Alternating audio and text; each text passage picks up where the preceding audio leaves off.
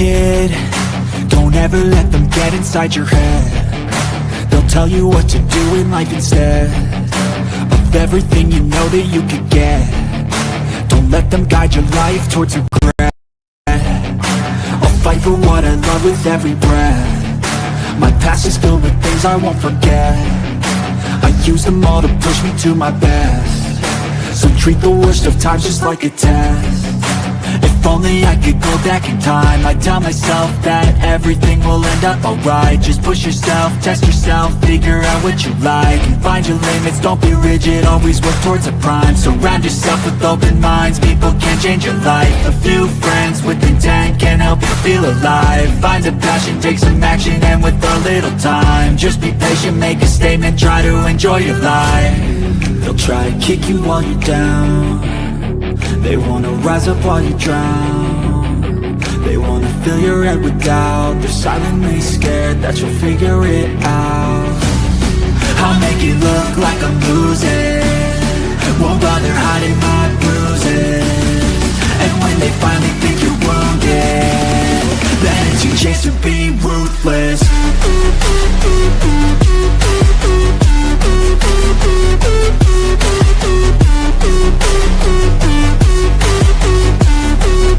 It's your chance to be ruthless.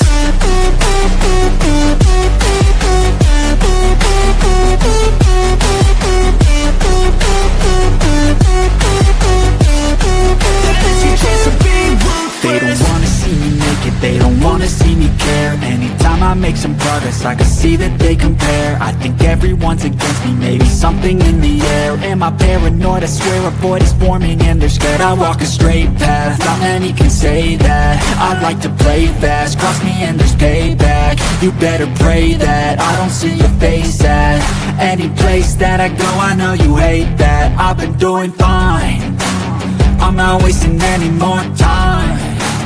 I live for the fight and the climb, and I think that the pain that's deep inside is what defines. So I won't give up, I'm gonna make it to the top. I don't care what's in my way, I swear I'm never gonna stop. I could fall flat on my face and I swear I will get back up, cause I don't deserve a thing and the road ahead is tough. They'll try to kick you while you're down. They wanna rise up while you drown. Hello. Good morning, my beautiful people. So, there's a few things here. Hopefully more people are going to come through here. All right. So, this is Benjamin Ritchie in Indiana. He's been on death row since he was 20. So, he has a death warrant coming up May 20th. And what he did is he unalived a police officer. However, I have seen him all over the internet before, okay?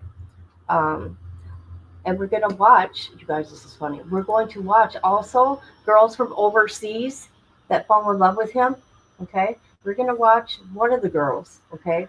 Just little clips. We're not going to watch the whole thing, but this one's from Sweden. And we're going to look at that. We're going to watch a clemency hearing.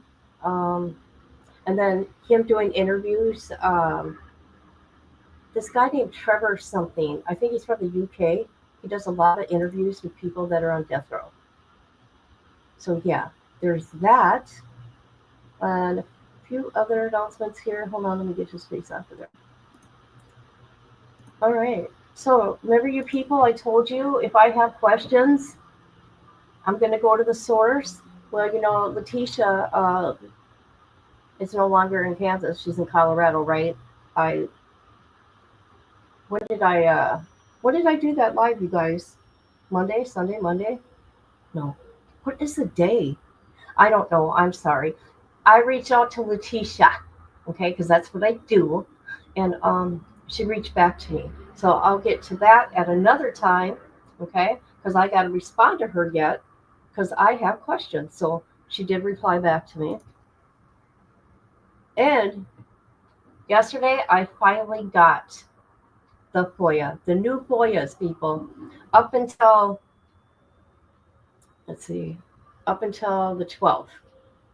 Yeah, from the end of March until now. So that'll be interesting. That'll be interesting. Okay, so right now we're gonna watch. You know what? Maybe we'll do this first. Let's watch a little bit of Daniel on shows, TV shows. I got him all queued up, ready to go, and then we'll go to his clemency hearing. All right, here we go, people. Oh no, work, work, work, work. For the time being, there's a hiatus. Manufacturers are refusing to supply the drugs for lethal injections. Should they become available again, first in line to be put to death is a man who's been on the row for 15 years, Benjamin Ritchie. When we last met, he described the mad moment that sealed his fate. Well, my crime is shooting a police officer and killing him. You know, if that bullet would have hit just half of an inch lower, he'd be alive today. And I'd probably have a long, lengthy prison sentence, but I wouldn't be on death row, man. Mr. Ritchie, how are you? We meet again. Yeah, it's been a while. I wasn't quite sure whether you would be still here when we last. I wasn't either, and it was pretty close now, right? Like I could get a date at any time, but ain't no companies, thank God, are going to sell this place any drugs. You know what I mean? What do you think of that? Is that a source of hope for you about some change to Hell you? yeah. Like I hope to go to population, like So in the general prison population? Yeah. What has life been for you since I last saw you? Shit, man. All kinds of stuff's happened to me, man. I just got my business back. I lost them for about 2 years. What happened? I was having sex in the visiting room. You're not supposed to do that, though, are you? It was worth it, though, man. It was worth it. It was the best minute, 30 seconds of my life. Really? But I mean, you knew what the consequences would be. Yeah. I knew what I was doing. I knew a little blind spot here or there, you know what I mean? In the zone. It was worth it. She's bad, bro. Like Victoria's Secret model type bad. The last time we talked, you talked about relationships on the row here. How's that? How are they? Same situation still down there with that one, you know what I mean? Like, I hate that dude so much. You're talking about Frederick Bear. Yeah, Susie. We call him Susie. Why do you call him that? Because he's like a sweet. Okay, for fair use, I have to pause it, people. Hey, hi, how you doing? Okay, I'm sorry. Okay, so this is Benjamin Ritchie. He's being interviewed by this Trevor guy. You know what? Let me share the link to this before I forget. So this guy goes to all different prisons to people on death row and people in supermax prisons. He's a guy from the UK. So I'm just showing this so you kind of get an idea. Now, what I find is interesting, down the road, Benjamin says that he did not unalive that cop. He only bought the gun. Down the road. I mean, this was years ago, people. Okay? But I just want to give you an idea instead of me... Like a Susie Q. He used to have him on commissary like a little cupcake. And he's soft like a cupcake, right? I hate him so much, but I don't want to see the prison kill that dude. I'd rather see him in population getting the shit stabbed out of him or beat up for what he did. You know what I mean? Do you know Mr. Gibson downstairs? Yeah, I know him. That's my old buddy. He's all. Yeah. Now that's a real serial killer. Why do you say that? Look at his case, man. That old man's been doing it a long time, you know. William Clyde Gibson has the perverse distinction of being the only serial killer on Indiana's death row. All right. So that's just a tiny bit of Benjamin. I'll call him Ben. So now we're going to watch this clemency hearing, and then we're going to watch the Mibbos from overseas that contact this guy. And it's funny because he's got more than one. And this is, yeah. That's just the way it is in prison, right? Okay. Here we go. We're going to watch his clemency hearing. It was 2 days ago.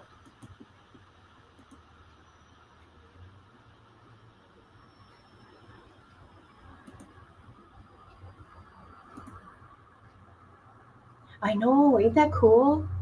I think it's cool to have animals. Okay, why isn't this going? Hold on, people.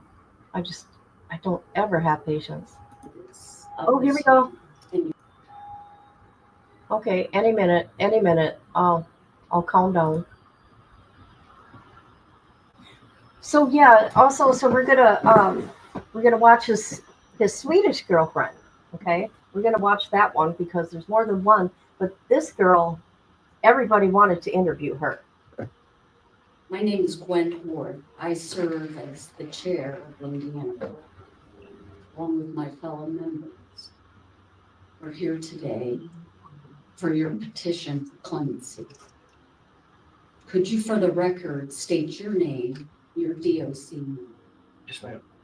Benjamin Ritchie, 967072. Thank you. For the record, you did get notice of this hearing and you're prepared. Yes, ma'am. Yes, ma'am. So we are here as the fact-finding commission, if you would, Yeah. for the government law. We make ultimately a non-binding recommendation to. Ultimately, it's his decision on what he decides in regards to your petition for clemency, in regards to your ask for a commutation of sentence in which you were convicted of murder on October 15th of 2002 today. Having said all that, we really are here wanting to hear from you.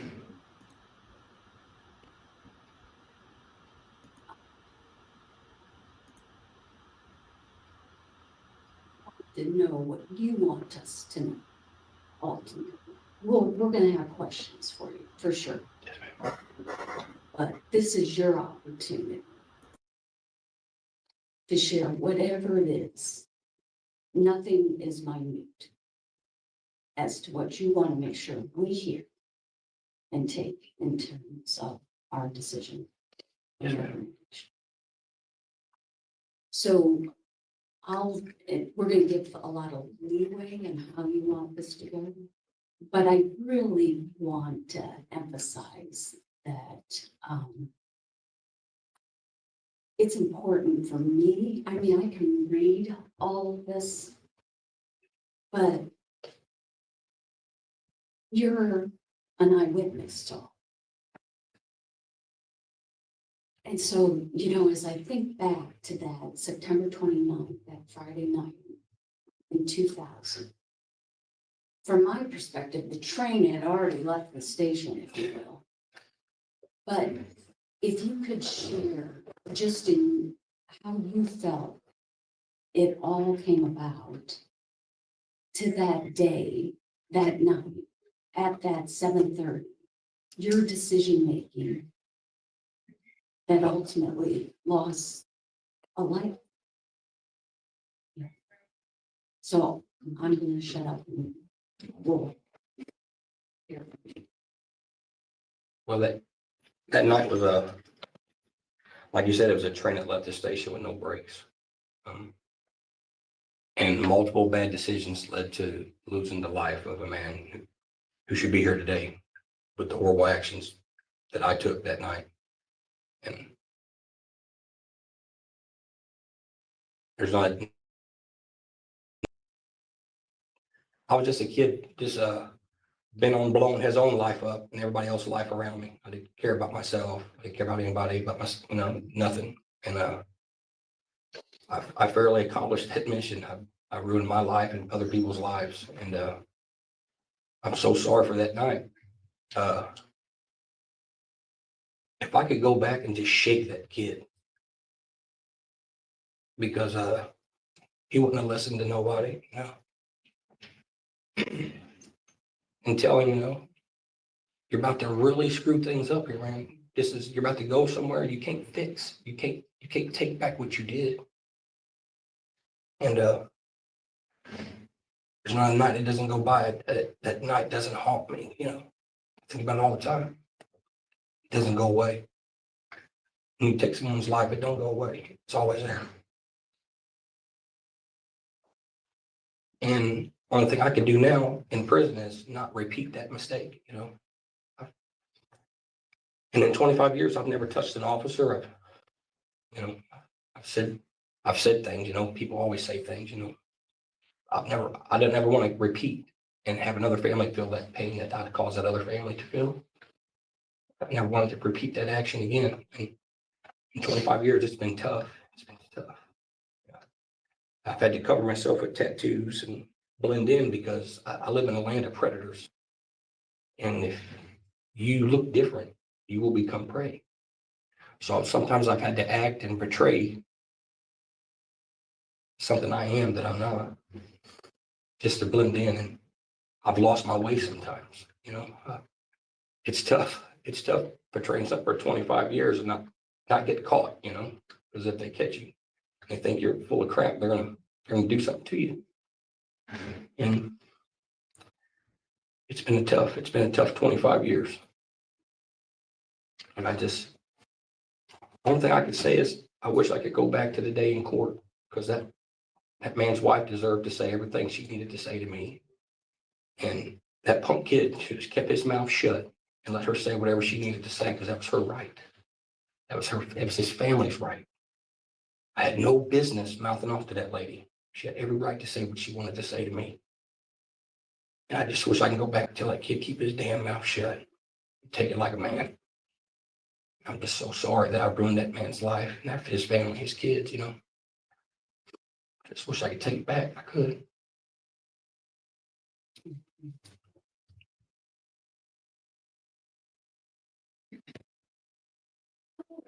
You had guns in your parents' home.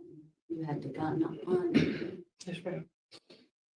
When did you start carrying or having guns? When I was 14. And why the gun?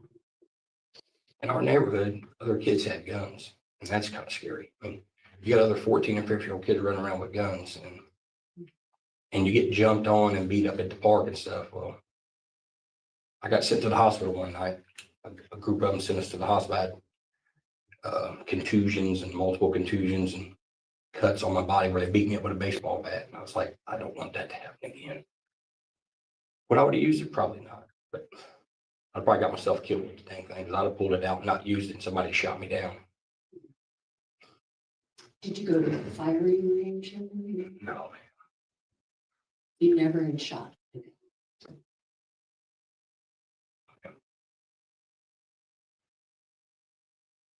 Did you play video games? Yeah.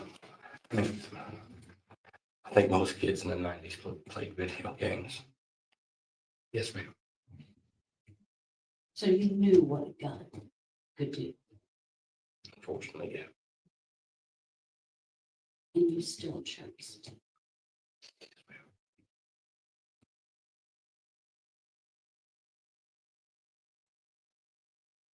You were on probation.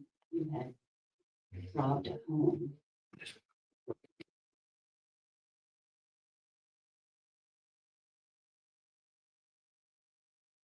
Sometimes you hear like that's a wake-up call. We see a lot of people. And they'll say, I'm never coming back. Did you have any thoughts like after just even that whole burglary and spending time as a young fellow? Like, yeah, I don't want that kind of.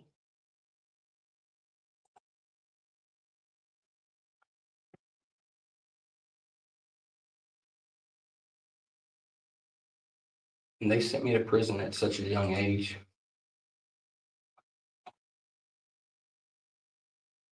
Probably the worst thing that happened to me. Because when I got there, the older guys saw how wild I was as a kid. And I would say kind of groomed me. Like, listen, why are you breaking into houses? Do this. Do this. So when a young person goes to prison, it's more than likely going to hurt them in the long run, because they're going to learn so much more than what they're going to learn. Things they shouldn't learn, is what I'm trying to say. I think it hurts a younger person. I think it's I don't know if I should say this. I'm just going to say it. Don't lock them up. Let them go to the military or something. It'll be a benefit to society. If they're that wild, then let's give them to somebody that can groom them and make them something that can stand up for this country and do something good. We should always lock our kids up, Yeah, they're struggling. Let's try and fix them, And I'm not saying that's should have done with me. I'm just saying maybe locking them up always ain't the answer. How old were you? I just turned 18. Did you go to boys' school? Yes, ma'am. When? How old were you then? 15. And how long did you stay? About 8 months. And I got sent to Camp Summit boot camp, and I was good for a solid year. I never got in trouble. And I was too young to get sent straight to the military, but I thrived at Camp Summit boot camp. Like I needed that. I needed that structure, that love that those drill instructors showed. I needed that. I couldn't function on the street, and I stayed good for a solid year because I felt I would let those guys down, and eventually the streets got a hold of me again, and I just forgot about them. At the camp, you Okay, I got to make some comments here. Look who's here, people. Look who's here. However, you can call this Doodlebug, and I call Doodlebug an emoji. Just, I want to put that out there, okay? We got an understanding. All right. Where's Misty? Misty, where are you? Hi, Misty. How you doing? Now, I want to comment on this here. Okay, the first problem, in my opinion, I'm sure he's nervous in front of, parole board here. He shouldn't just said that person. He should have used that person's name that he unalived, right? Right? So far, I haven't heard of anything that he's done to make himself better.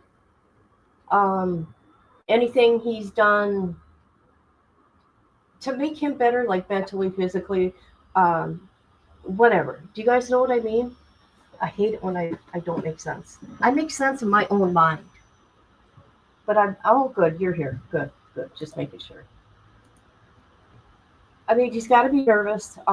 You can see he's done interviews all over the place. You can find him all over the internet. Okay, just saying. Because of that guy, that UK guy, Trevor. Also, oh God, what do I want to say? Okay, I hate to bring this into this live, but I'm going to. I got some messages, and you people know I don't want no problems. Okay, I want to do me in my little corner. If they could send me screenshot of where I can find stuff that's being said about certain people, so I can take it down, could you please send it to me? I can't find what people are asking me because I don't want no problems. Okay, I just want to do me in my own little world. Okay, with my peoples right here.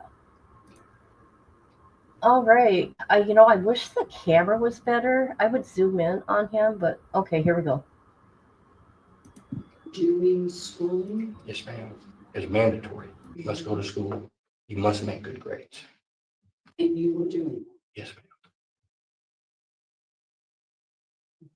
Either you make good grades or you become very strong. It will exercise you beyond belief. Push your body behind limits you didn't think you could be pushed. And I needed that. schooling, reading, writing, math, science, I- that kind of schooling. Yes, but here's the thing. They gave a drill instructor. I got special attention there. I couldn't keep up with my classmates, and if one of us failed, they take it out on everybody. So I was determined to try and do the best I could, and even if I made a poor grade, the drill instructor saw I did the best I could. They wouldn't punish everybody, or everybody be mad at me, And I did the best I could on them tests, and they know that, and I got to graduate with my class.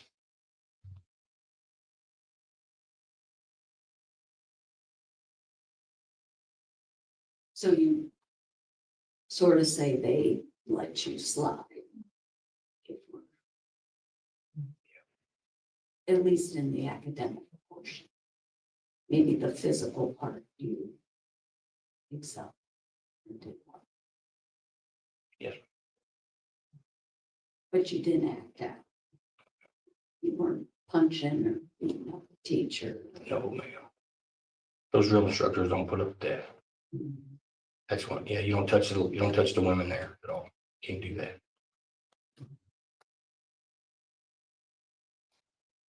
So then you come back from that setting. In coming back, isn't there a part of you that felt like you had a purpose then afterwards? Like that you felt good? I couldn't pass that ASVAB test, the test that you go to the recruiter. And I told him I had a felony. He's like, man, I can't help you. I mean, I wanted to leave home and be something good, right? But, just never worked out. And I would think the states would want boys that are a little wild so you can mold them and say, listen, these are guys who are going to put it on the line for us. These are the guys that's got to go somewhere. They're going to be right there, you know.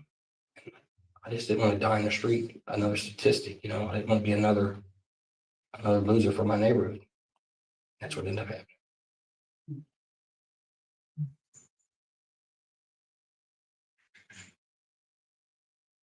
Mr. Ritchie, I want to go back to the night of the incident. So what made you first and foremost steal the van? Because something started well before the ultimate act. Okay, so you were at a Speedway gas station, correct? Okay, why did you steal the van? The guys wanted to get some rims off these dope dealers' cars to take back to Ohio, and they didn't want to put them in. They didn't want to put them in the car with us, so you know, a truck or a van to put the rims in, and that's where the van came into play. And we took the van and parked it at an apartment complex, and waited for a little bit until like maybe the cops weren't as aggressively searching for it, and we went back to get it, and that's when the officers pulled in right behind us, and it was like everything sped up then. Like it's like if you had a fast forward button on a movie and you hit the button, everything spun out of control. It's so fast. And you were just how many months into supervision at that time? 3 months? Yes, ma'am. And so how would you describe your supervision period up until those decisions that you were making? What was going on supervision? I was at IYC. This is embarrassing. I don't even want to tell you. I just want to do it. I was at IYC and I was in the bathroom and an officer knocked on the door and pointed at me and said, come here. He was like, what are you doing? I'm like, I'm reading a magazine. I'm in the bathroom reading a magazine. He cuffs me up, takes me to lockup for self-mutilation. I do 6 months in the hole for that. I get out. Who is my probation officer? The cop that wrote me up at IYC. I never went back. So you I was stopped like, oh before. man, this guy wrote me up and took 6 months of my good time for nothing. I'm reading a magazine. I'm just a kid in a prison reading a magazine in the bathroom. And I was like, I'm not coming back. As soon as I saw him and he saw me, he's like, how you doing, Mr. Ritchie? I'm like, I saw you 6 months sooner. I wasn't in lockup. You know, I don't blame him. I shouldn't have been reading the damn magazine. I don't apologize for that. And so you had absconded from supervision. Yes, You were ma'am. doing- Yes. Okay. I went once and we saw each other and I was like, I'm not going to go back. In the time that you were spent in prison, your problem solving skills, when you had issues inside of the facility, did you know who to talk to, who to go to when you felt uncomfortable or indifferent about something? For about the first 15, 16 years, no. I really struggled. Thank God that they brought a woman here, a mental health lady, that said she wanted to talk to me, and administration goes, he's not going to talk to you. He ain't talked to nobody in 15, 20 years. He's going to talk to you. And I ended up talking to her and she ended up saving me. It was like she pulled me out of a dark hole, and she's so tricky on how she did it. I would never tell anybody how I felt about my emotions or nothing. And she was like, write down 3 songs that write down 3 songs how you feel. And I'm going to give you 3 songs. And unbeknownst to me, I'm revealing emotions and feelings that I'm going through. I don't even know I'm doing it. And eventually, after a year or 2, it starts working, and officers start seeing a difference in me. Even the guys on the next row start seeing a difference. Even officers ask me, maybe there's a problem back here, to talk to guys like, hey, find out what's going on and try to, let's see if we can fix this before it gets out of hand. Because there's been many, many years that you cannot open none of those doors at the same time because somebody's going to get hurt. Now it ain't like that. It's not like that now. Took 20 something years for it to be calm. And I kind of think maybe I had a little bit to do with it, to make, if I calm down, it's like a pack of animals. If one dog's acting wild and crazy, it's going to stir the other ones up, And if I can get control of myself, maybe those guys will follow suit. And so far, it's been working. But or maybe they've just been working on themselves. I'm not taking no credit for nothing. Maybe they've been working on themselves. I just know that for a Dr. Chico, she saved me. And Miss Buss, the head lady here that runs the prison, she saw the difference that she was doing. And I struggle sometimes, but I still go over there and talk to Dr. Utesh. Dr. Utesh is really trying to help continue what Dr. Chico did. I had very poor coping skills. Like, if I couldn't express to you my feelings, I would just lash out verbally or physically, right? And I learned other coping mechanisms to not do that, because you just can't function like that in society or in a prison setting, period. Just makes your time harder.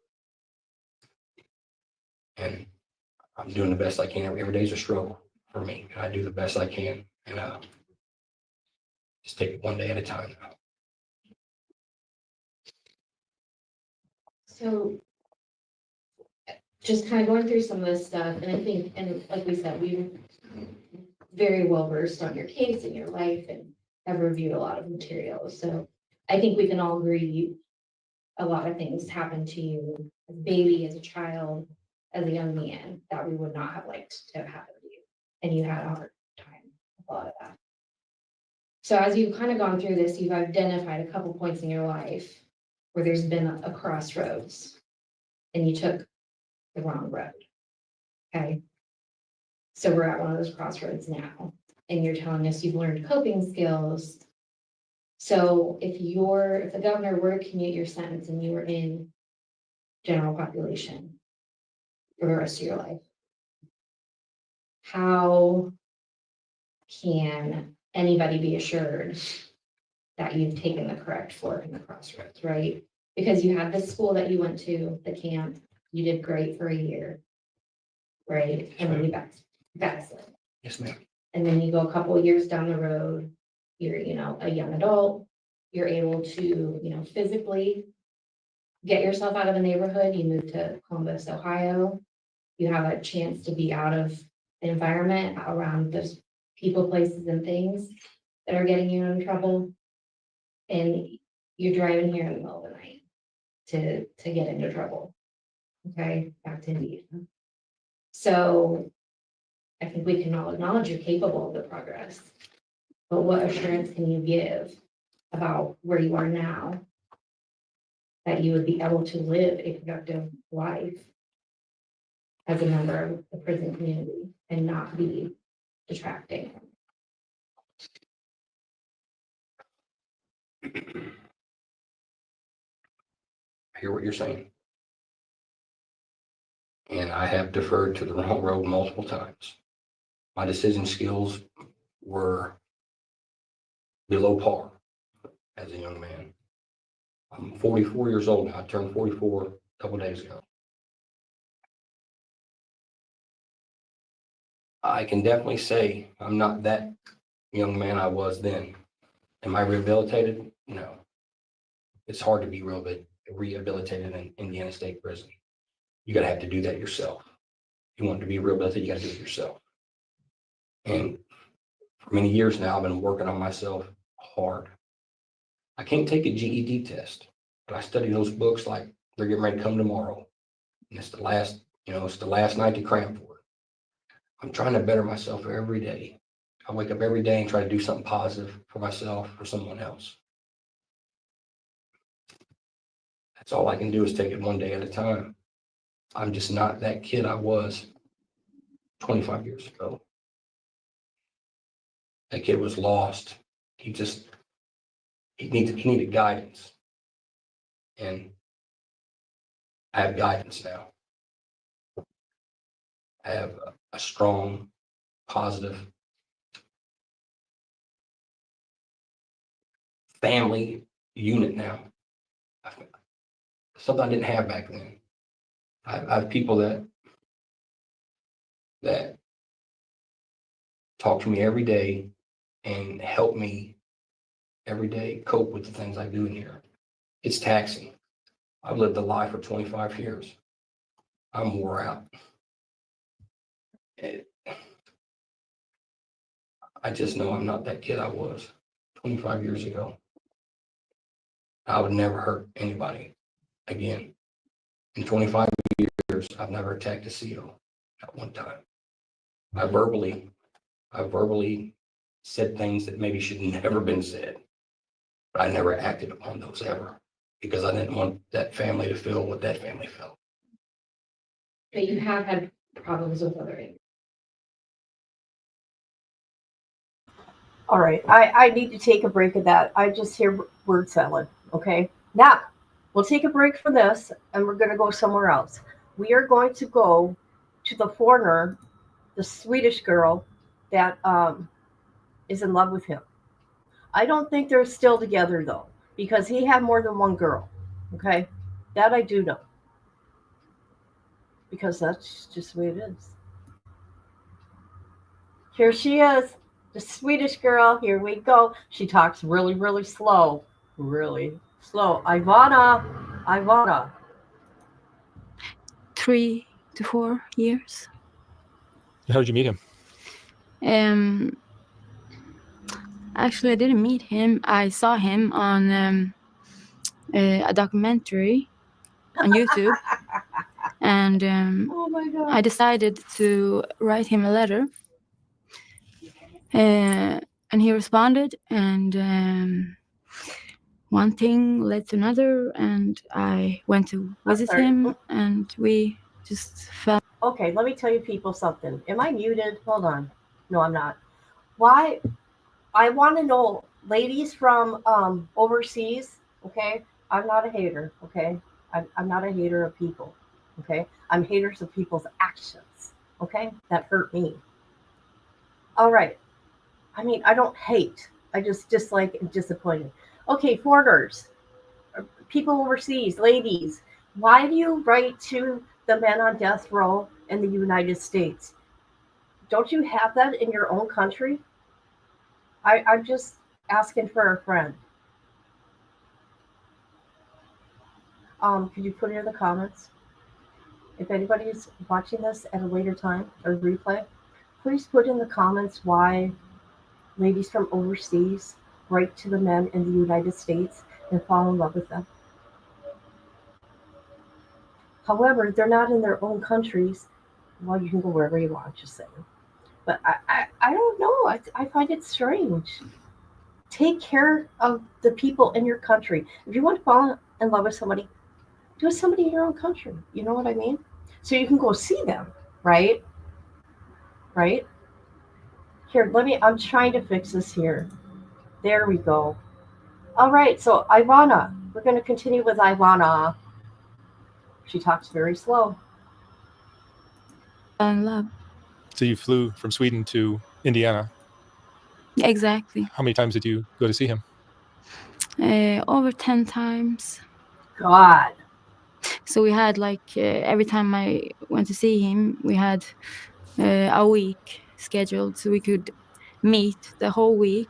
We had visits the whole week for the whole day. Oh, you'd be able to see him for the entire day? Yeah. Until 4:00. Even though he's on death row? Yeah, because I was a long distance traveler. Oh, I see. And what was he on death row for?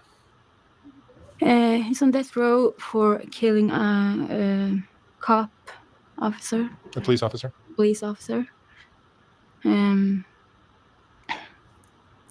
He was running from the cop, and he figured if he would shoot some bullets back at him, he would stop chasing him. But unfortunately, the bullets hit the cop, and he passed away. So yeah. So he's in there for life. Yeah. What was it? How old were you when you met him? I was Okay. 23, I think. Okay, so Mark says he's in there for life. She goes, yep. No, he's on death row. He's always been on death row. See, she doesn't even know what she's thinking. She's confused by lust, not love. I'm really shocked because I haven't watched this whole thing and like in detail because she talks too slow for me. I have this even speeded up. I should speed it up just a little more. She came to the United States 10 times to see him. I wonder if she's the girl that he had relations for 1:30 seconds because he said the model type. Because this girl is pretty, I must say. She is pretty. Hold on, let me speed this up a little more.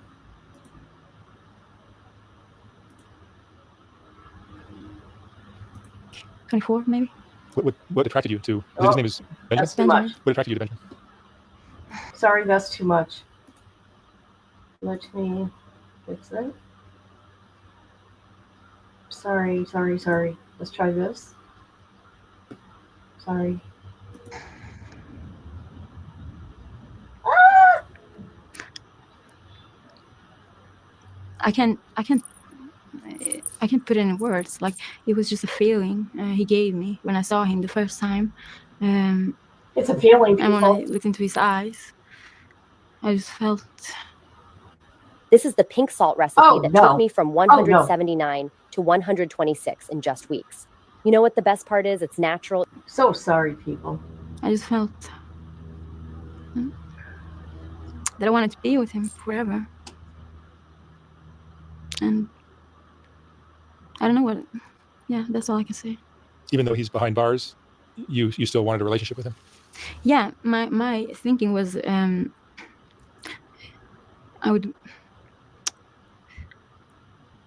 I couldn't imagine a life without him. So it was either be with him or die with him. So.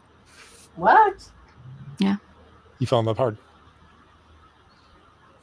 What were the qualities in Benjamin that you liked? She don't even know. I like how kind he is, and some things. He has some things that I can relate to. He's similar to me in a way.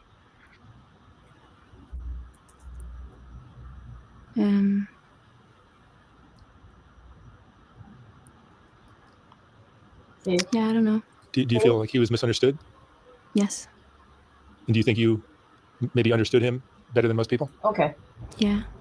I wonder if this girl, which I doubted, I'm speculating, did any research on this guy. I wonder if she read the court documents of his case. Okay. No, she just seen him on YouTube. So she reached out to him. To me, that says a lot about that person. And it's kind of scary if you think about it. I do it because I have questions. So yes, I do go to the convicted, the inmate, whatever it may be. But I'm not out there trying to have relationships. Just saying. This girl doesn't even know. She must be lonely. Obviously, they're not together no more. So let's continue with Ivana.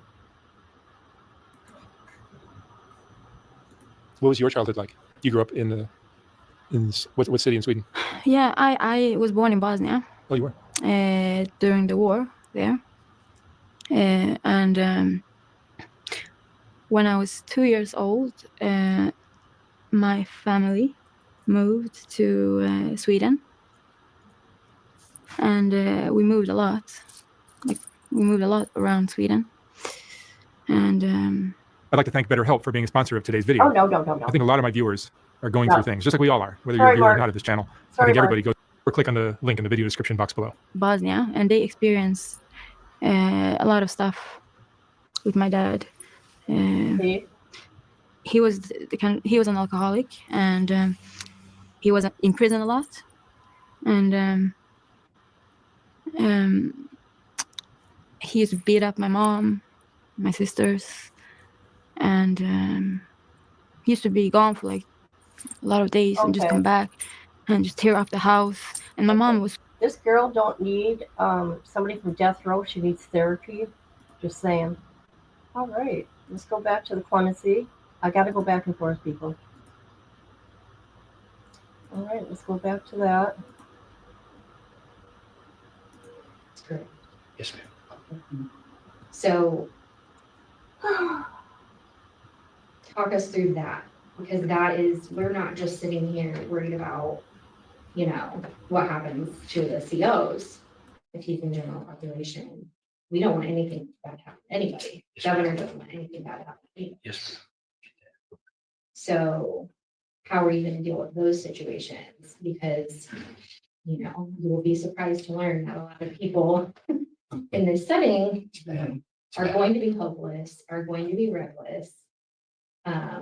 It's not going to be an easy environment to be in. So we need to know about, we want to know about those things that you've learned, the decision making, the coping skills that you've discussed with us. We want to know specifically what you learned and how you live your life. Being on a lockup unit and being in population is two different things. The lockup unit I'm on, and most of the lockup units are super small, and you must interact with the men you don't like every day. You have to, or it's just going to be chaos. So you have to learn how to gel with each other. Even if you don't like each other, you must coexist. And in population, it's way bigger out there. If I don't like this person, I can go this way or over there. You know, it's way different. And in the world, it's even bigger. You know, there's more space. But if I can control myself in a lockup unit where guys don't like each other, but yet we coexist and day-to-day operations go smoothly, that's all I can do. I do the best I can every day. And in population, I have way more opportunities. Like they're building the new prison, right? They have school classes. That's another thing I could do. I mean, I crave education now. I need it because you're not going to be nothing in society without an education. And that's why I keep telling my stepkids, my stepdaughter Shiloh, you need education, you need it, because you'll struggle your whole life without it. You will live check to check, paycheck to paycheck, and you'll struggle your whole life. You need that education. And that I crave that now. Took 20 something years to figure that out, but I figured it out finally that I need that, right? And I struggle hard. Like, I wish I could get a tutor, but they won't allow a tutor on X-row. And you can't take the test without 19 hours of tutoring. Do you have access to any programming? No, ma'am. I asked Miss Buss and she immediately got me those GED books. And I kind of did something wrong. It says don't write in the GED books, but I knew they would never get them back. So I just wrote in them. I tried to do the best I could. Just, that's just one thing I wanted to do. Just try and get some kind of a diploma for my parents. You know, I've never done anything good in my life. I've learned how to tattoo and cut hair. And I would try to get a job in a barber shop if I could get the population, because I've learned how to cut. I cut all the guys' hair on X-row because sometimes they don't allow people up there with us. So I cut everybody's hair, and I butchered a few people along the way. But I figured it out, and that's what I could contribute to a prison population. I could cut hair, just keep learning new things. Every time I went to lockup, I tried to talk to a young person. We have a bad drug problem here. It's bad. It's real bad. And every young person I meet, I try to talk to them. Like, hey man, you got a job. You're getting ready to go. You can go home. Some of us ain't never gonna go home. We're gonna die here. And every young person I meet, I try to help. I wish I had that guy that pulled me to the side, you know, because they're not gonna listen to guys in suits. They're gonna listen to the old convict, washed up, tattooed. It's been there. It's seen it. It's done it. And maybe I might talk to 100 guys, but just maybe one guy it sink in. It might sink in. The guy was getting released before I was getting ready to come in here. I was like, do the right thing, man. Make good choices. You got a second chance, man. He shook his head and walked out. I try to do positive things now. I was so bent on destroying other people's lives. Only thing I can do is try to give back now. That's it. Mr. Ritchie, Clemency that I've going into 8 years, and I usually ask this question, so I'm gonna be consistent. Sir. I know your circumstances a little different, what your sentence is, but I always ask, what would you say to the family, and in this case or here, or people close to them, why, what would your reason be, what would you tell them of why they shouldn't carry out your sentence? What I did was horrible, but it's a blessing because William Tony's life could best be served me helping other guys not reoffend. It's horrible he lost his life. There's not a day goes by I don't wish I couldn't take it back. But me helping other screw ups not reoffend, not come back to Indiana's prisons. I think his life could best be served that way. Okay. I'm never gonna go home if you guys do save me. I'm never gonna go home. I gotta make a comment.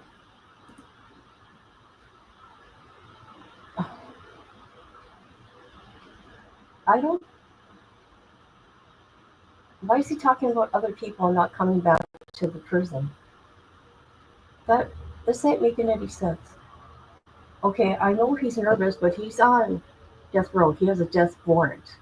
He's talking about other people. I don't even think he knows what he's talking about. But that's just me speculating, in my opinion. I don't know. Okay, let's watch this for a second.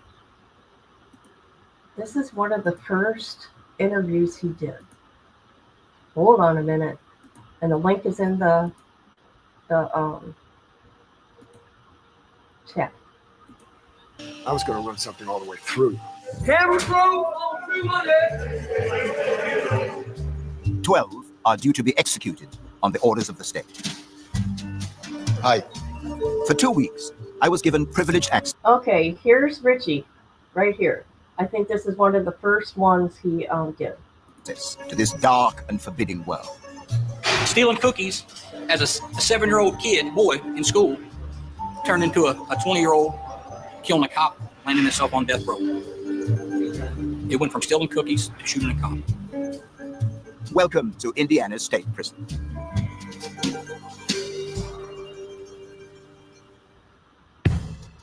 Okay. Let's find the interview with him. Let's skip. Sorry, guys, we're going to skip. And let me tell you something. If you watch this documentary, Indiana does have some creepy people on death row that really, really deserve it. I mean, you got ones that are, one guy, cannibalism. Okay, let's get to Benjamin Ritchie. Da, da, da, da, da, da, da, da, da. Why? Give me a minute. We're gonna get there. This guy's kind of cool.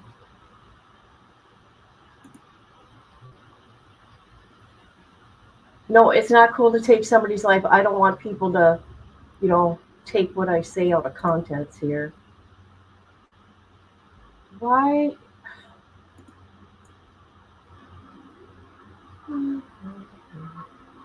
Did he save him for last? I I don't know. All right, never mind. Sorry. What a waste. I wasted your time. So sorry. So sorry. All right.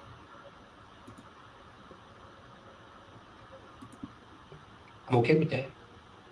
But if I'm in here trying to help guys not reoffend, I come back to this system. It was for the good.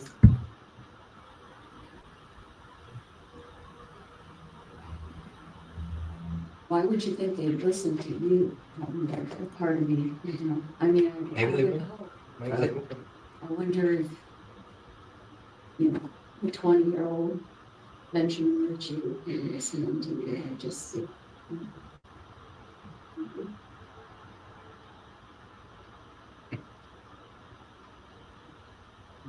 I would think I have touched a life or two here. There's some kids that are hopeless here that have nothing, you know. And if some old man that's been through it, just hope they would listen to it because they see where I'm at. Like, lower than this, Okay, I'm confused. you know. And I'm just really the proof. If you don't straighten up, you will look at your family through the other side of these bars for the rest of your life. Okay, I'm confused. I thought when you were on death row, and I know I could be wrong. You're not put on out on you're not in general pop. There's an area. What is he talking about? Is there other people? Is he talking about young guys that come in? I don't know.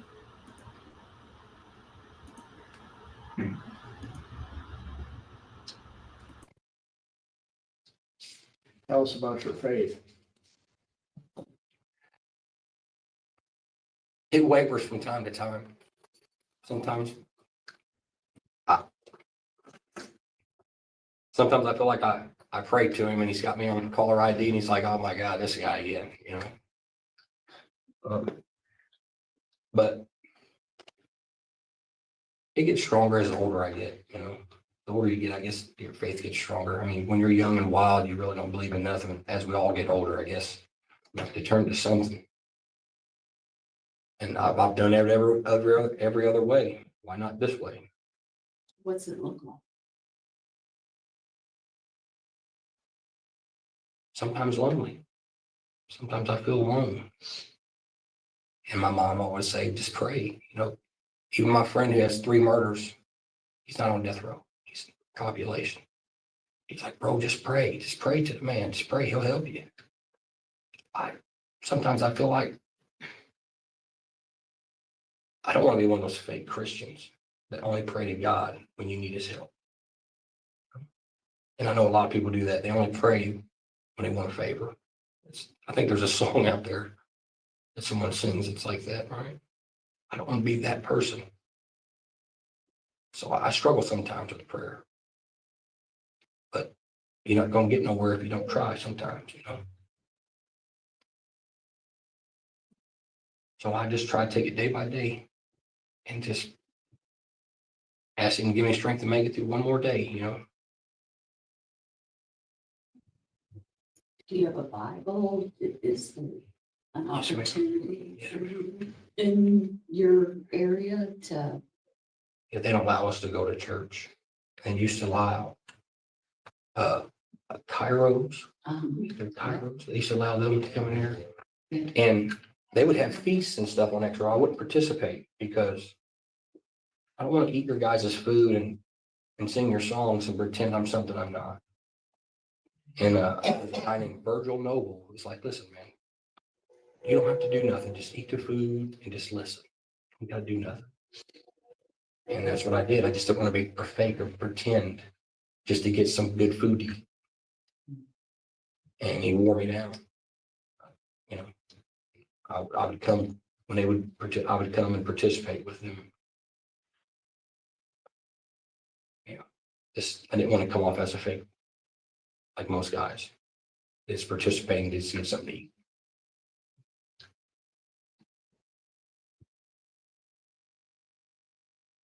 Can you describe the, I mean, I've read a lot of things, childhood, that type of thing. But can you just give us a short version of your recall when you were a really young child? It wasn't very good. I don't like, I don't blame people for what they've done, Just, a lot of kids have rough childhoods and they don't do something horrible like this. Although it made me different. I just don't blame nobody for what happened to me. It's just what's in the cards that was dealt to me. I just got to just deal with it. I just wish no kid would have to go through what I did.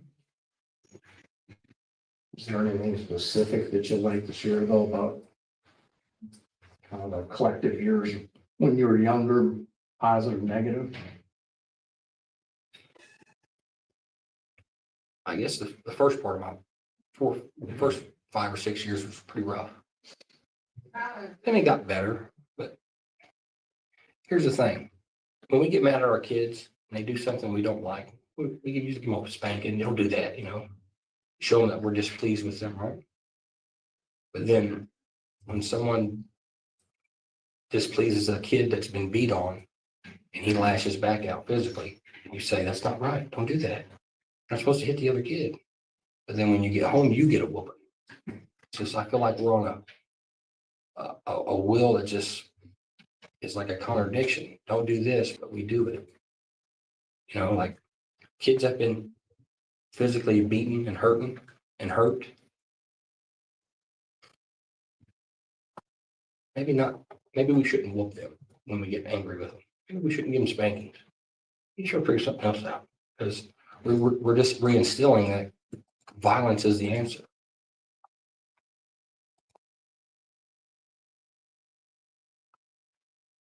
I had a pretty good childhood once I got with Verna and Oscar Ritchie, but I just never felt like I belonged.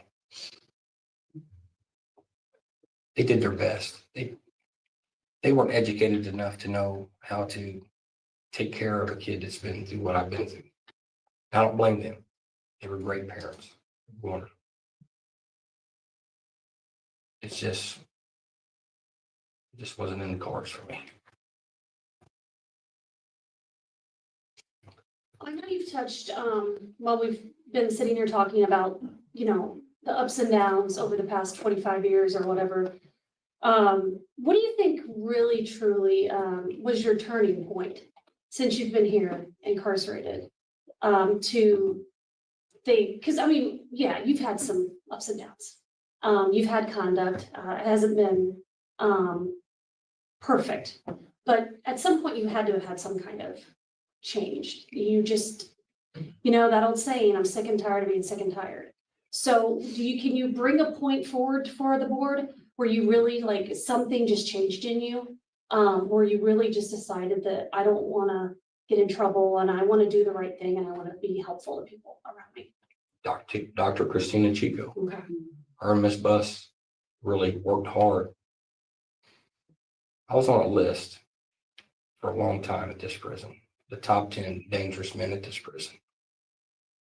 And that hurt me because I knew I would never hurt one of these people. So why am I on this list?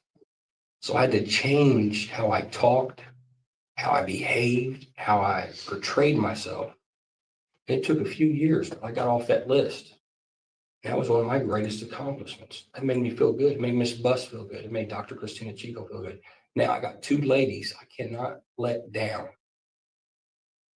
So now I have to, every day I have to get up and do the right thing, because if I don't, I'm gonna let these ladies down. And one lady runs the prison and she could really make your life tough. And she will. I just figured it's a lot simpler to go with her program and keep doing it.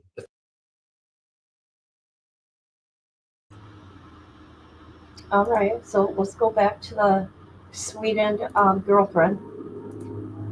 Oh my God, listen to that noise. I'm so sorry, people. Okay, here she is. Here's Ivana. Working 2 jobs. She had a tough time. And having 3 kids. And then me. on the way. It was tough for her. And the thing is that the morning when we were supposed to leave to Sweden, my dad was sleeping because the night before he was drinking, Okay. so he was sleeping the morning we were supposed to leave. We don't want to hear about her life. I want to hear about. Are you really going to miss this? We do this training once a year. There's 800,000 to 1 million people that'll join us, and it's not. So you could just leave me, and I would just sit there and play by myself. Violence in the house. Mm-hmm. Like 11, I think. And hold it. It's Iris. And stop talking. Okay, here we go. Relationship. Yeah. Her name is Iris. Okay, let me mute this. And she's the reason. Now let me tell you something. This lady chose a man on death row over her own child. Let me repeat. She chose a man in death row over her child.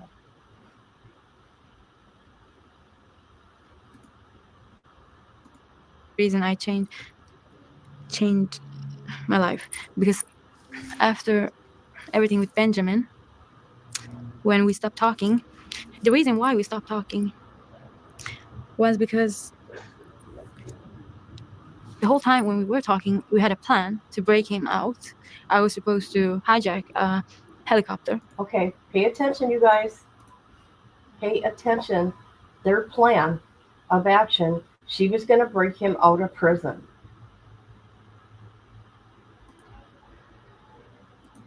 And break him out. That was our plan. You were going to break him out of prison? Yeah. And who's going to fly the helicopter? Well, there were places around there that you could hire a ride, and yeah. Anyway, we talked about this for a long time, and that was what I was imagining it to be. I was imagining it to happen like that. But was that a plan or just a fantasy? Well, for me, it was a plan. We before we got him a cell phone in the prison, but before that, we had like secret messages. We had like a system to write secret messages to each other in the letters. So that's how we were planning, and also on the visits. But yeah, it was a plan. It was. And then in the end, he told me he didn't want to risk my life for him getting out. And that's when I went like crazy, because my whole plan for my life was to be with him. And when he told me that, I just started doing opiates.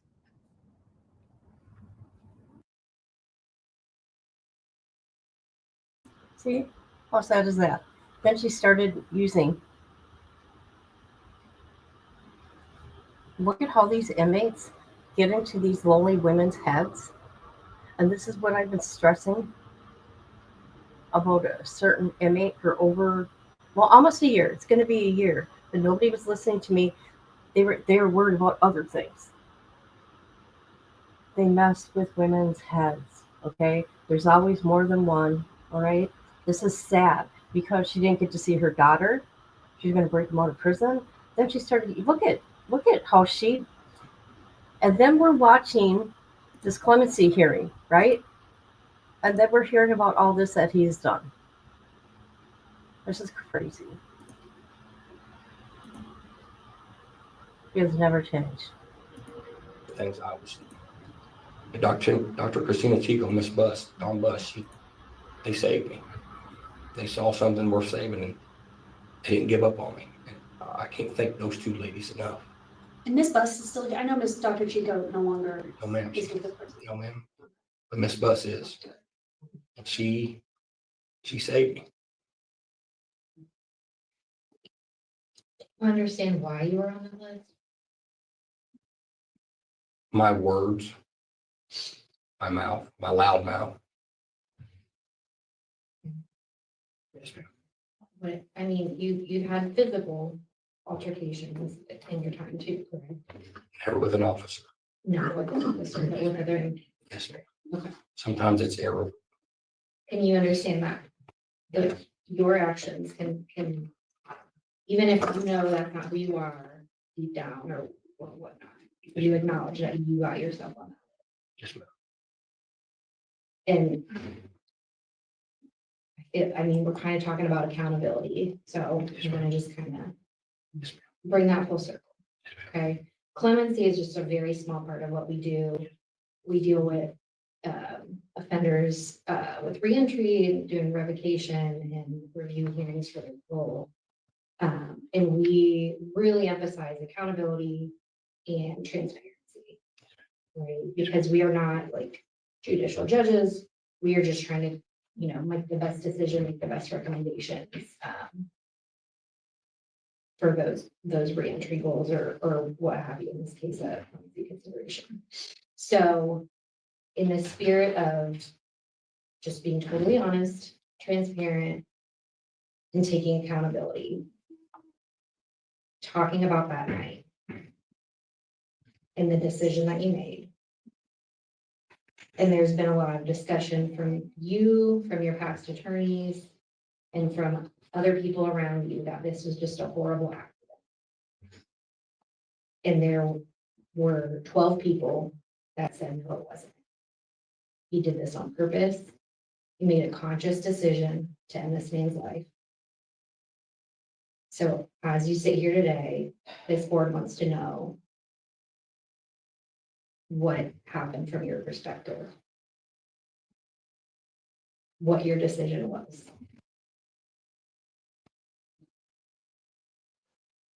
That night in that backyard, me and that officer got in a shootout. Shots were fired from both of us, and I ended up hitting and killing him. Own that. That is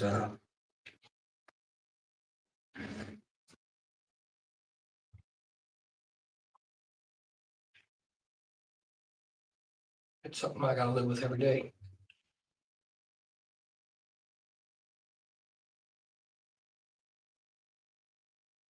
And I just wish I could take that back.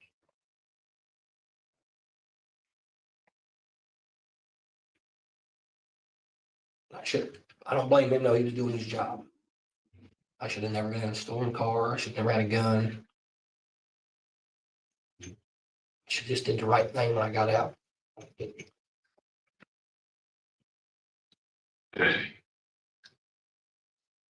So when he was chasing you, did you turn and look at him Yes, ma'am. and shoot? Yes, ma'am.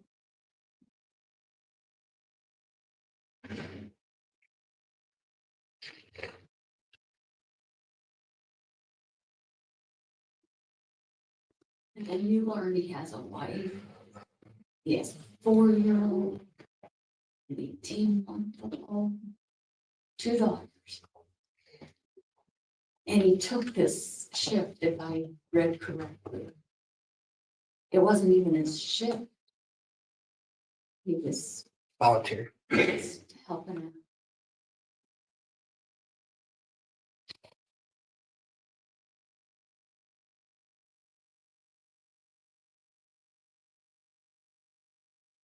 Such a broken world. Can you imagine what it was like for them not to have their dad? I mean, they don't even probably have really any recollection. It's their mom that shares, or their grandmother. My That shares my what heart kind goes of out to them every day. man he was. And he was just trying to do his job. Yes, ma'am. It's just. just trying to do his job, keep people safe. I suspect he probably would have cared about you too. Those are the kind of police officers I know. Yes, right. He would have wanted to try and help you. Try to come beside you, figure out how he could potentially be in that. I bet there were others out there. And I get it, you weren't in a spot, you were so, oh, Stupid. yeah, you were a kid.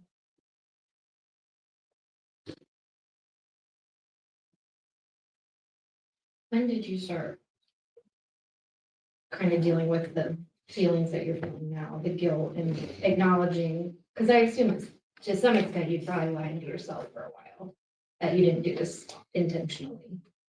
But it seems like you've acknowledged that. So at what point did you start to think about all the people that you affected and changing your behavior to conform to that? Dr. Christina Chico. So it took, I mean, It took a doctor to break through. but that, you said, how long was that after you were here? I've been here 18 years, like 15, 18 years. Because I think you acknowledged at the beginning of the hearing your actions after the crime were Not very good. completely horrible. Yeah. I was not a very good person as a young man.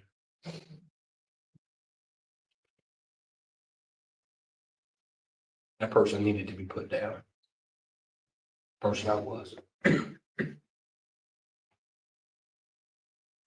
Just took someone. They even told her, don't, he's not going to talk to you. He's not going to talk to you. He don't talk to none of us. And she didn't give up. And Miss Bus didn't give up.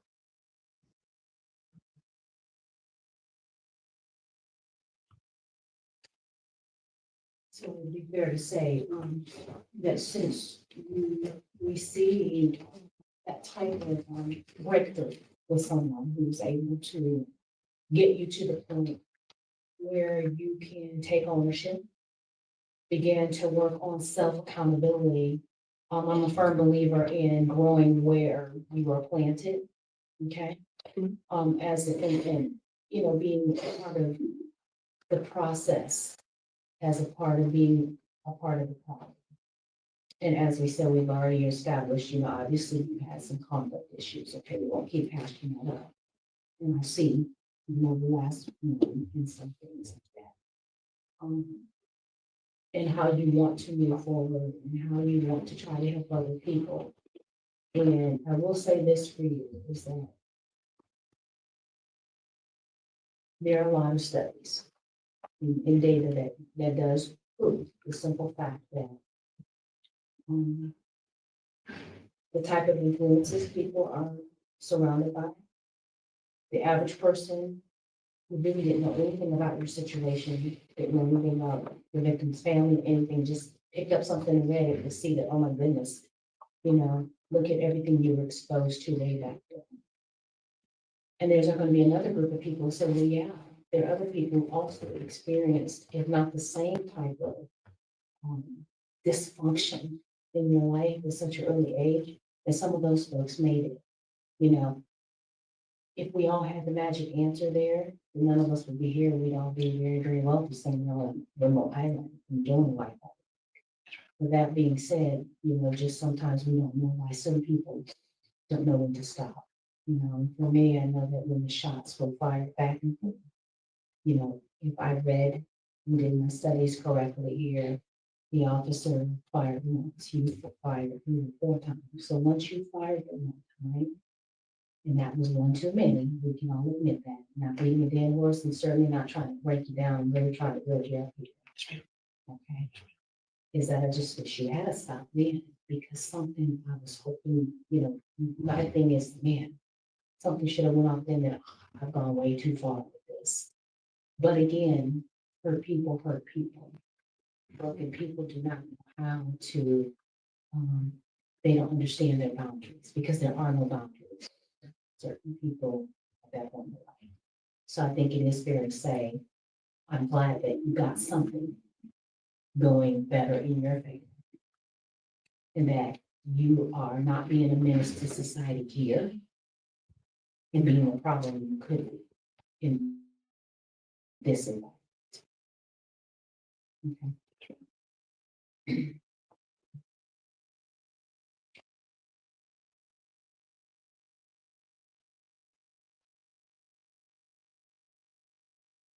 One final thing for me, and we tend to ask this for everything, so your Clemency is just a little different, because we know what the sentence was. Out of all the clemencies that the governor could consider, all the decisions he can make, we'll simply put, why should he not uphold your sentence? And turn it around and let you spend life in prison instead.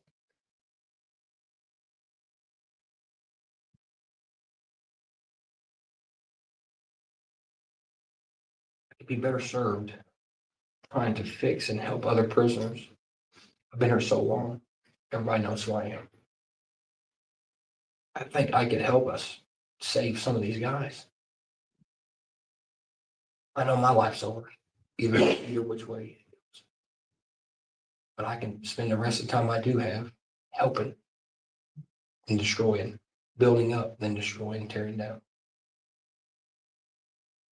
That's all I can offer. I just offer my word and maybe the chance to help fix other men. Because we got a bad recidivism problem in Indiana. Like these in and out, in and out, in and out. I'm attested to that. Need to fix that. We learn our men trades before we release them. Teach them something that they can, when they get out of here, they can give back. Instead of going back to the same neighborhood, the same street, the same friends. Now they got a trade. Now they have a chance. Can't just release our guys. We gotta teach them. There's a different way than what you've been doing. That's what I want to try to do. This new prison, state of the art. They got. All right. He's quite the talker. Okay. He has ruined a family. He has ruined anybody else that has come into his life. Women that have written him. Now, I want the women to pay attention, especially the ones that, okay, you got women out there that have podcasts and stuff about death row inmates and love and all that. Listen to this girl that I'm showing, Ivana, and how her whole life got wrecked because she made some bad choices to involve herself with a death row inmate. Okay? And I'm really disappointed right now because I'm trying to find, I want you to hear the family side. Okay? The story about the police officer. There's a family right there. However, when I go to the link that these news stations put, it's not there. It's not there. I went to several different kinds. And then you got people under the pictures of the family that are saying, I stand with Ritchie. I stand with Ritchie. You people are weird. You people are weird.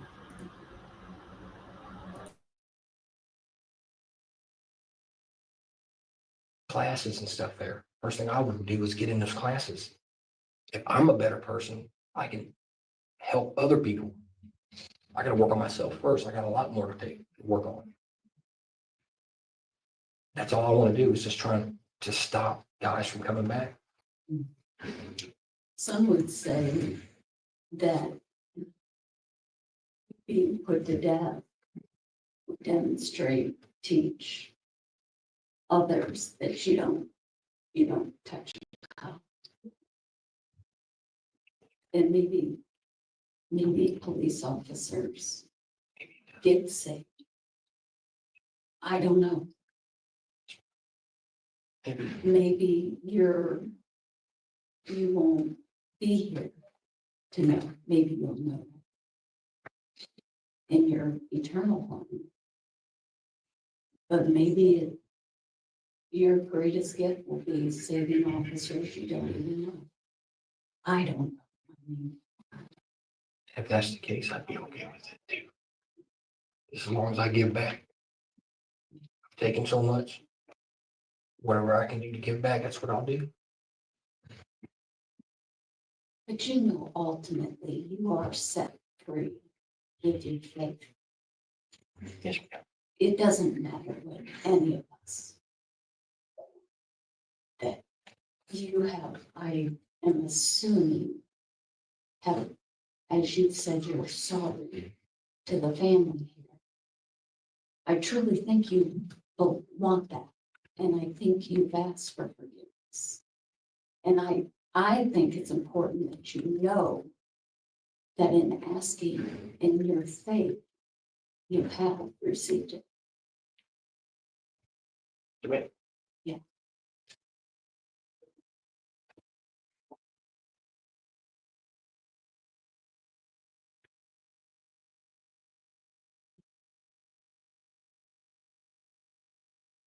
Anything, give us a second to put your thoughts together. Do you have some closing comments? That I apologize to the officer's family and to his wife. I should have never said what I said to her in court. She had every right to say what she needed to say and more. I apologize. My heart.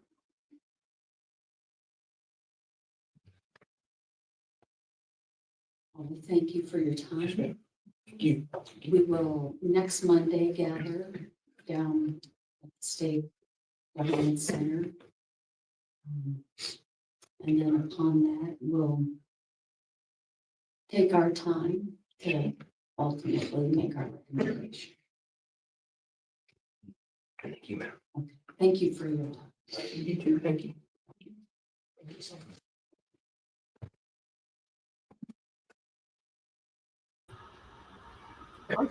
I'm sorry. This is disgusting. You know what else is really disgusting to me? There is no news articles of this family talking. All that comes up is that girl from Sweden and him. All the interviews he has done. And every link that I went to go where the family spoke about things, it's nothing. So what we're going to do, let's see. This is the one I want to watch. Shoot, hold on. Yeah, I think that's what I want to watch. Hold on. We're going to see what the cop looked like. Right here. His name is Tony, by the way. 2000, the 19-year-old Ritchie ran from a stolen van in a Beech Grove neighborhood. Officer Bill Tony pursued him. Ritchie turned back and shot Tony 5 times, killing the 31-year-old husband and father of 2 girls. Tony's wife, mother, sister, and daughter were among the people at the Clemency hearing. I ruined my life and other people's lives, and I'm so sorry for that night. If I could go back and just shake that kid, because he wouldn't have listened to nobody, you know.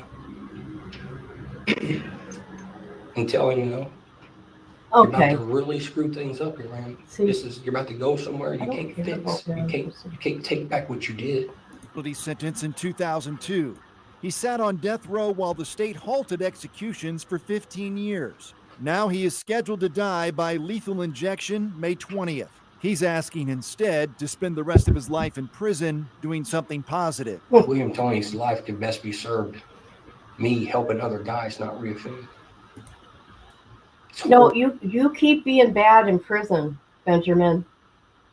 That's what you have been doing. You've been wrecking other people's lives outside of prison. Okay? You are breaking rules in prison. You have been in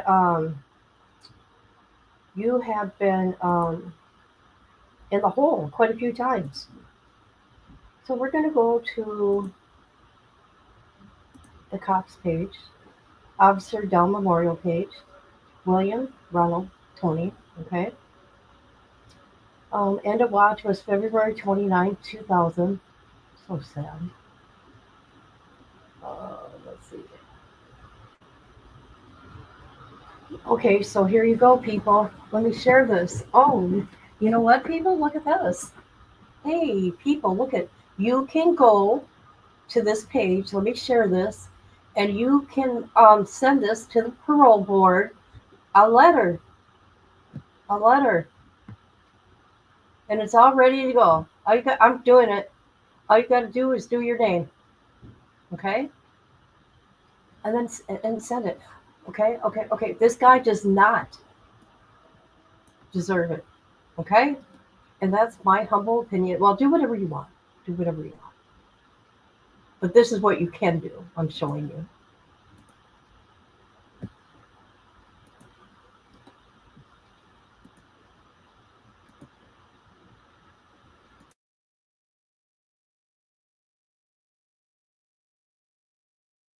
So actually, all you got to do is copy and paste, people. Let's see. Yeah.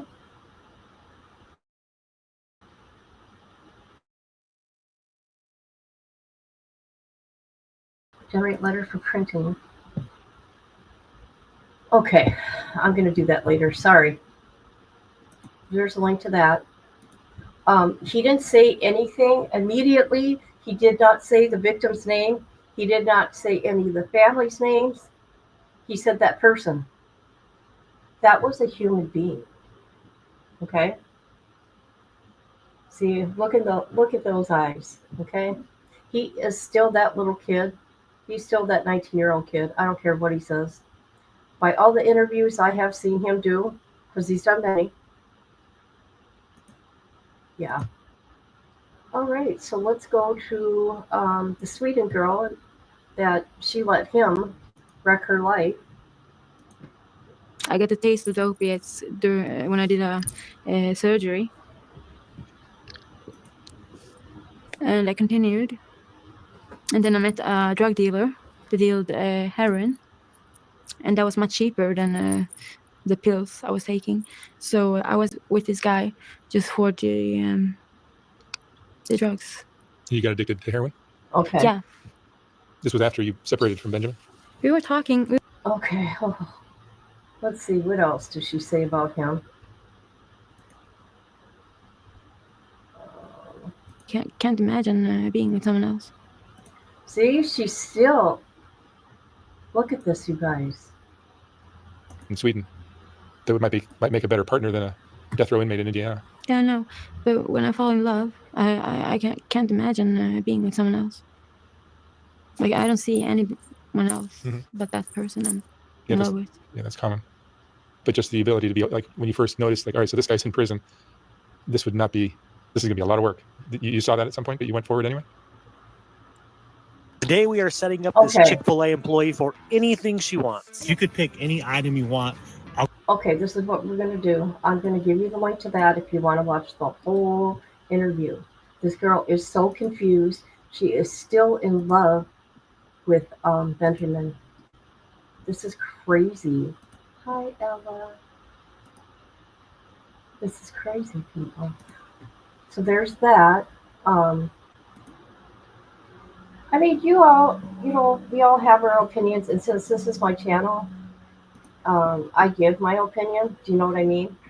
And it doesn't mean I'm right. This is just my opinion and my feelings on the matter. Okay? Nobody's talking about the cop and his family. He didn't even talk about him, right?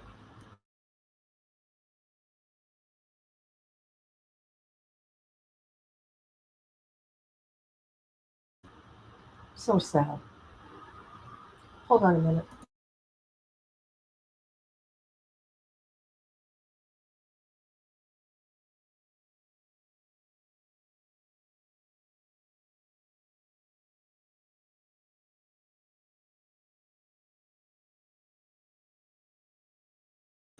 Sorry, you guys. I got to get some new headphones because these are the ones I have are broken and cheap. If anybody knows some good headphones, like where you cannot hear what's going on around me, right? Let me know in the comments, please.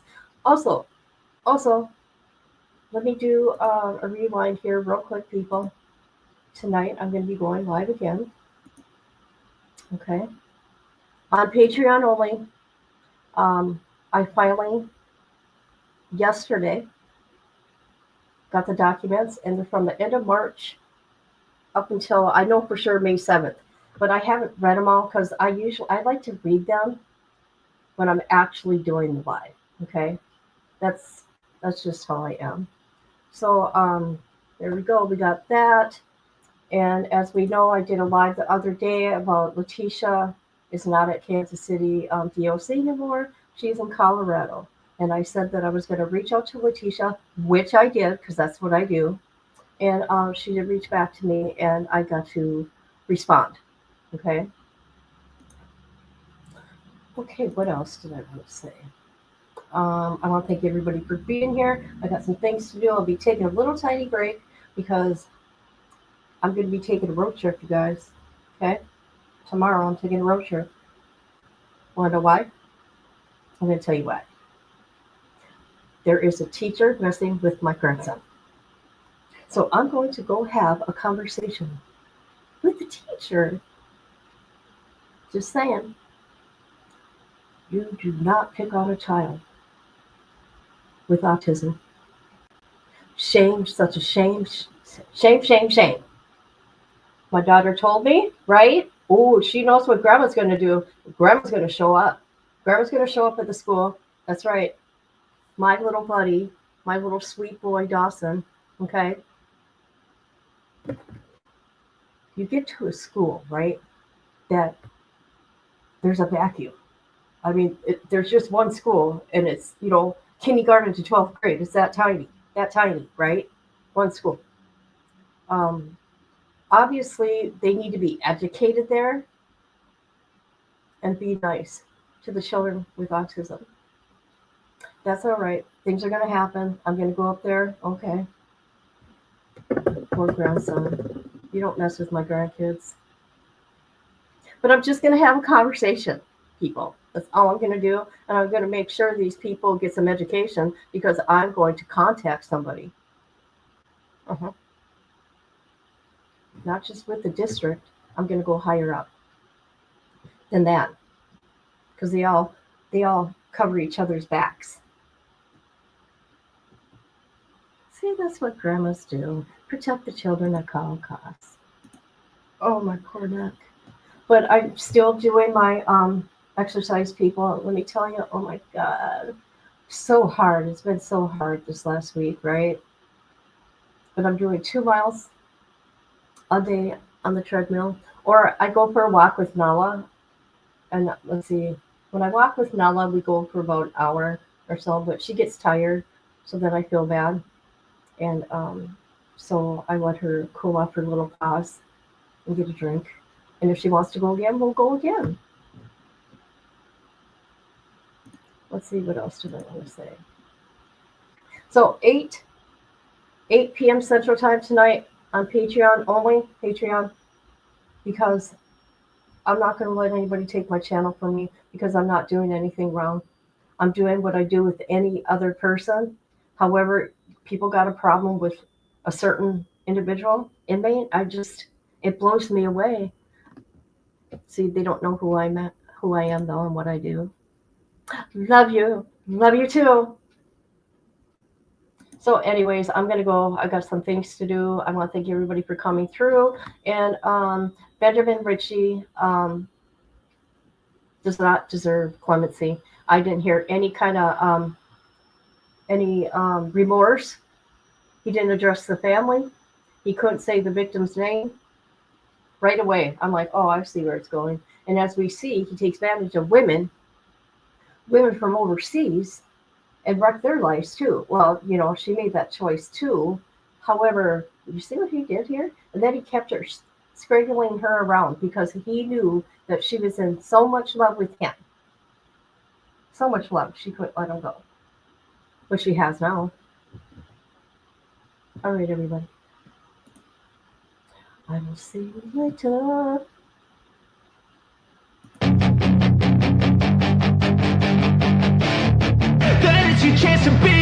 Hey kid, ever let them get inside your head. They'll tell you what to do in life instead of everything you know that you could get.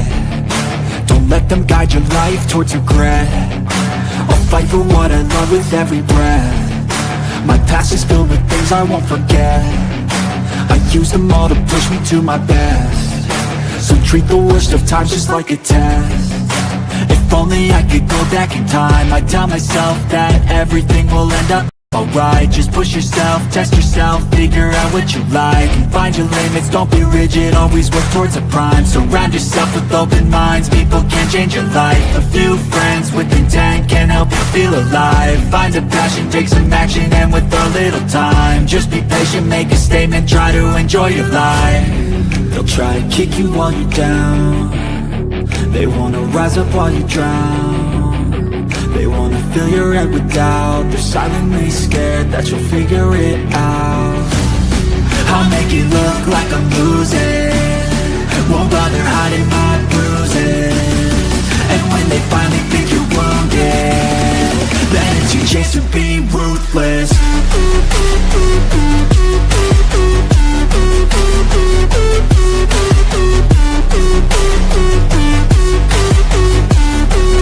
It's your chance to be ruthless.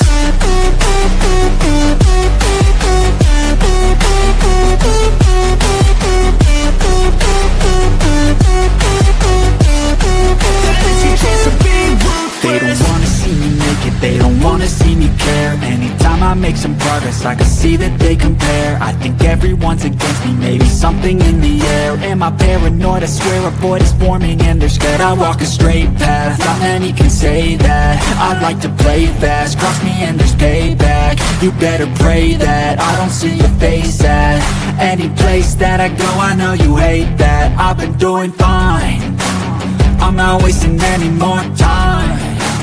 I live for the fight and the climb, and I think that the pain that's deep inside is what defines. So I won't give up, I'm gonna make it to the top. I don't care what's in my way, I swear I'm never gonna stop. I could fall flat on my face and I swear I won't get back up, cause I don't deserve a thing, and the road ahead is